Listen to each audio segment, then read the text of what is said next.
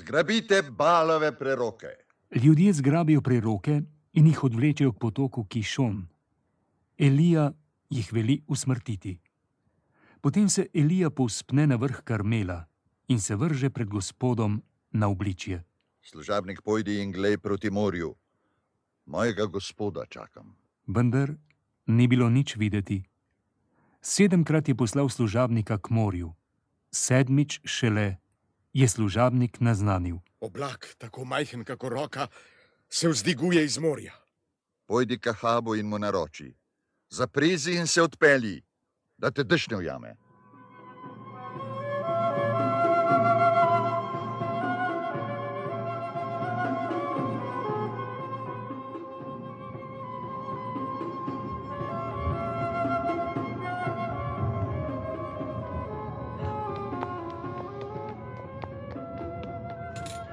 Res ni trajalo dolgo, da se je pooblačilo.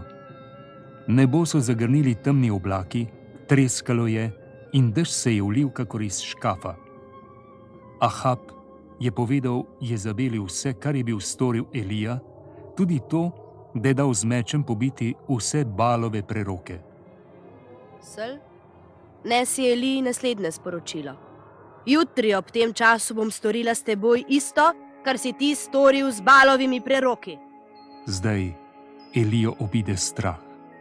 Odpravi se na pot, da si reši življenje. Iz Izraelovega kraljestva pobegne v Judovo. Beži še naprej in pride v puščavo. Tam sede pod bodičevje in bi najraje umrl.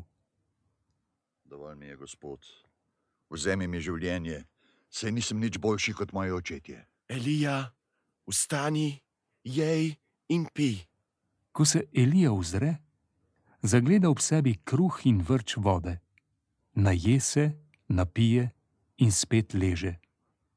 Angel pa pride drugič in ga pocuka. Vstani, jej in pi, drugače bo pot zate preveč naporna. Tedaj je Elija vstal, se najedel in napil.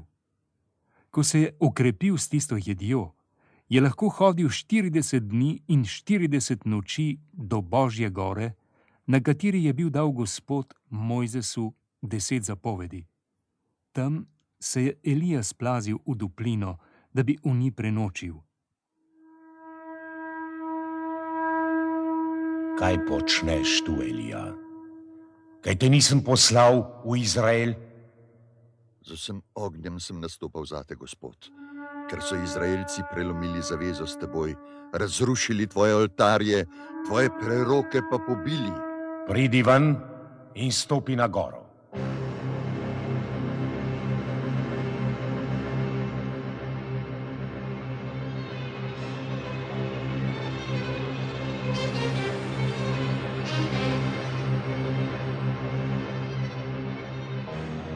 Gospod gre mimo.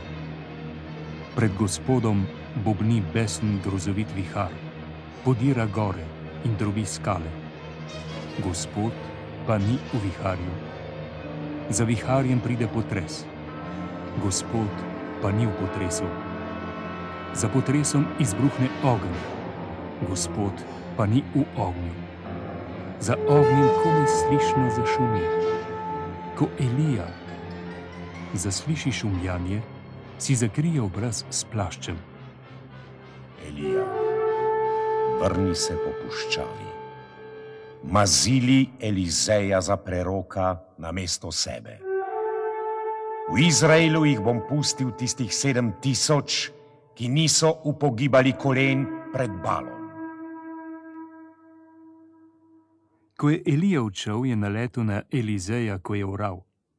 Šel je mimo njega in vrgel nanj svoj preroški plašč. Elizej je takoj pustil jarem z volmi, pohitel k Eliju in ga prosil. Elija, dovoli mi še toliko, da se poslovim od očeta in matere. Potem pojdem s teboj. Pojdi, Elizej, v Božjem imenu. Elizej se poslovi od staršev in svojih ljudi, nato pa odide z Elijem in postane njegov služabnik.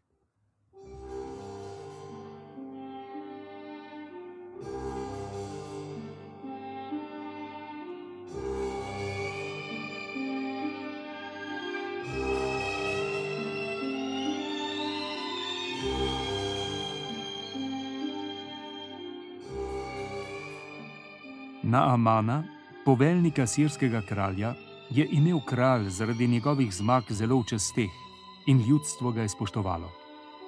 Bil pa je gobov. Njegova žena je imela Izraelko za deklo. Ko bi bil moj gospod v Samariji, bi prerokal, ozdravil bi ga gob. Naaman, pa stopi tja. Izraelskemu kralju daj moje pismo. Naaman se odpravi na pot.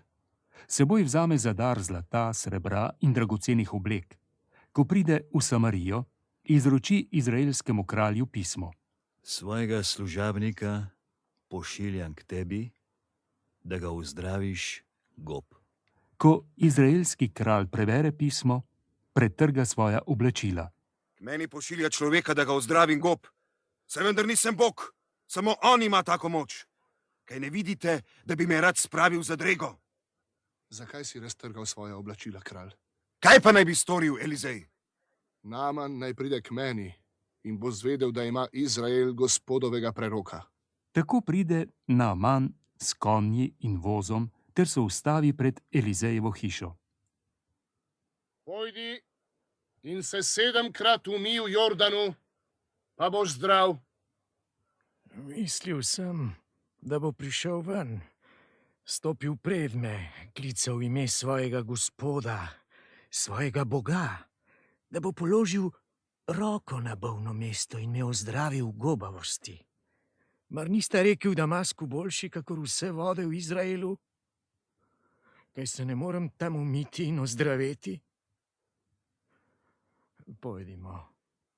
Če bi bil prerok zahteval kaj težavnega od tebe, gospodar Naaman, bi bil storil.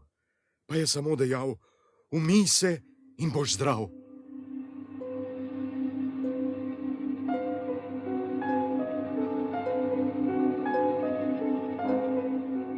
Naaman gre vseeno k Jordanu in se 7-krat potopi, kakor je bil naročil Božji mož. Tedaj postane njegovo telo kakor otrokovo. Bil je čist in rešen gob.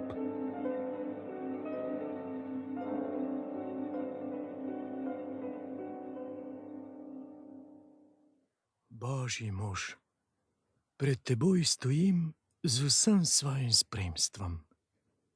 Zdaj vem, da ni nikjer na zemlji nobenega drugega Boga, razen v Izraelu. Zato vzemi zdaj od svojega služabnika dar v zahvalo. Kakor resnično živi Gospod in mu služim, nobene reči ne vzamem. Čeprav mu je Naaman živo prigovarjal, naj vzame dar v zahvalo, je Elizej odklonil.